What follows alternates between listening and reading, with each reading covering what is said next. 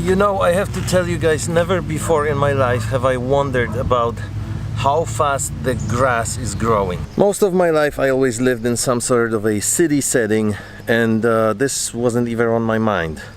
2 weeks ago there was almost no grass in this yard. 2-3 weeks ago, let's say. And then there was a little bit of rain, a little bit of sunshine, and all of a sudden we have this giant problem. I mean, look at all this. Look how tall it is. Isn't that crazy? See all this tall grass? It's a problem because first of all it looks ugly, and second of all, if you let it keep growing, it's just gonna get worse. And then the yard looks very unmaintained. So I tried to mow this yard a few days ago, and the mowing tractor that we have completely died on me. And right now I'm going to try and figure out what happened to it and if I can somehow restart it, which is not a super easy thing to do for a city boy.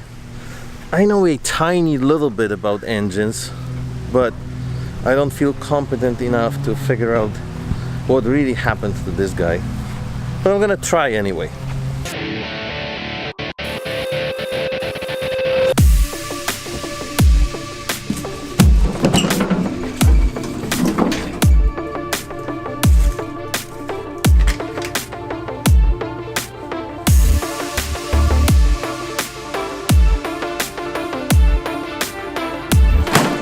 The oil level is perfectly fine, the tensioning belts look good, the engine seems fairly clean, there is no leakage of any kind that I can see, so it should be fine. I think the problem is with the part that actually mows the grass, the blades that are spinning underneath this, and that's not gonna be so easy to get to. Okay, I do see a problem. There's a giant piece of wood stuck right underneath. You see that? Right there. If I can get that out, I'm gonna try and restart this and see how things go then.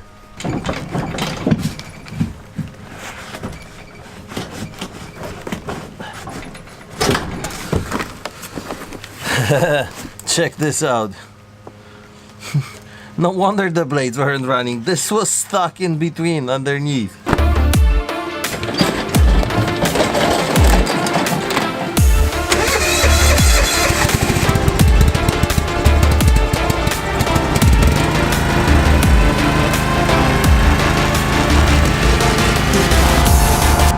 Problem solved. That's how city boy becomes country boy. It's a slight drizzle. It's not really raining hard, it's just a drizzle. So I'm gonna try to make one run and mow a little bit anyway. At least that island in the middle that looks the worst.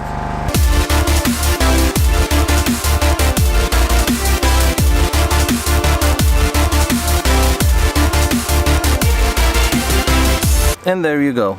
That's how David wins this struggle against the lawnmower. Well done. As soon as the weather gets better, this yard will be nicely maintained again. Now let's talk about the different kind of struggle. The struggle that is in my head of living in the country versus going back to the city.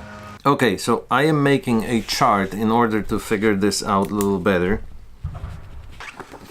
Here I'm going to have categories that are important to us, and then here and here I'm going to place scores on a scale of 1 to 10 for city versus country, and in the end we'll figure out whichever category gets more points is the winning category for where we should theoretically live.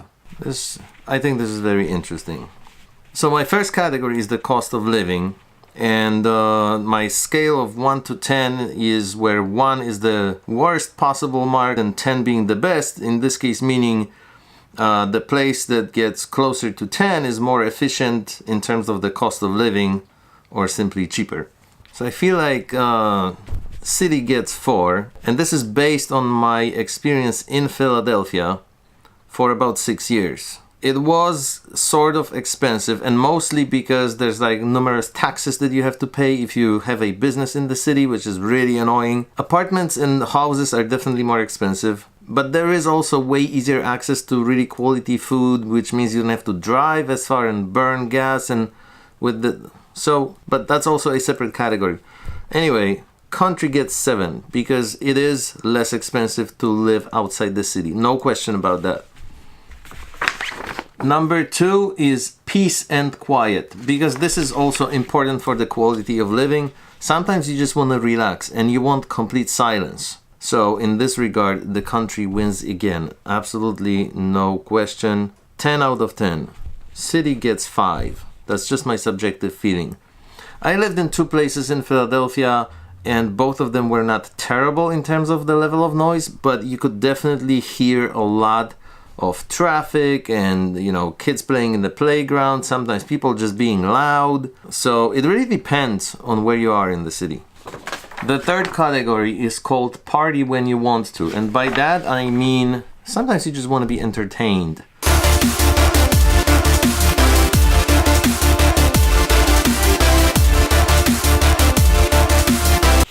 Alright, I'm gonna do a summary of these points for myself right now. Very curious to see what comes out of this little self-test. 20, 30, 36, 43. City gets a total of 71 points. Wow. The country gets only 64. I guess this confirms I'm still a city boy. Maybe I'm not entirely converted yet. Maybe this reflects my missing of the city living. Blondie is completely aware of that. She knows I miss the city. No secret at all. Or maybe my system was flawed. My ratings were completely subjective. What I'm going to do now is I'm going to have Blondie fill out the same thing. It's going to be very interesting to see the results. Another category should be proximity to the animal kingdom, in which country definitely wins, because we have these 2 guys living in our yard. Last year we named them Ozzy and Harriet, and I think it's the same couple. I did do the city versus country test prepared by David M. to Blondie, and surprise, surprise, or maybe no surprise at all, the results were 78 points for the city and 84 points for the country.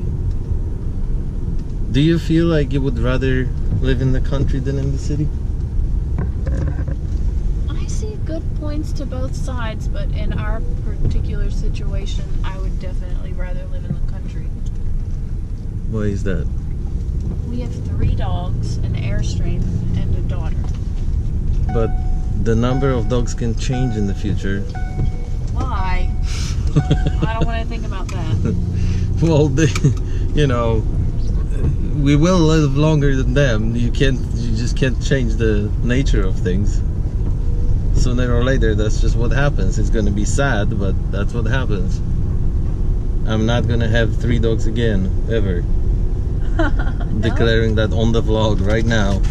So the point is, the whole point is, you would rather live where we are. I'm kind of torn. I like living here. I see a lot of pluses to that, but I do miss the city. I'm not gonna lie about that. And if any of you guys would like to do this test, like let's say you're in a similar position to ours, or maybe you're moving, or maybe you will have to move soon and you're kind of trying to decide, or for any other reason, if you need to figure out where you would rather live or what's better for you, you can do this test because it's pretty scientifically awesome. Scientifically awesome. My idea. So we're linking to it below. Blondie prepared a PDF, and not yet, but she will. And you can download it for free and just do this test for yourself. And if you are going to do it, please let us know your results in the comments below this video, because we're very interested to see what you come up with. We were extremely different from one another. We weren't extremely different. Your scores were higher in general, which is also an interesting observation. Maybe I'm just more strict in scoring things. I kind of felt like or the you're test was more generous. I don't know. I guess you could have done the test in 2 different ways. Like, check this side for city and this side for country, and then at the end just add up which one had the most checks. And I thought about it, but the way I did do it is more interesting. Because that would be easy, and then you could pretty much have like 6 and 6, you know, and like what's exciting about that? No, don't do 6 and 6. You have to make it have an odd number so that doesn't happen. Anyway, thanks for watching today's video, guys. Hope you enjoyed it. We are going to a birthday party now. Hope you have a good evening. We'll come back tomorrow with another vlog. Good night.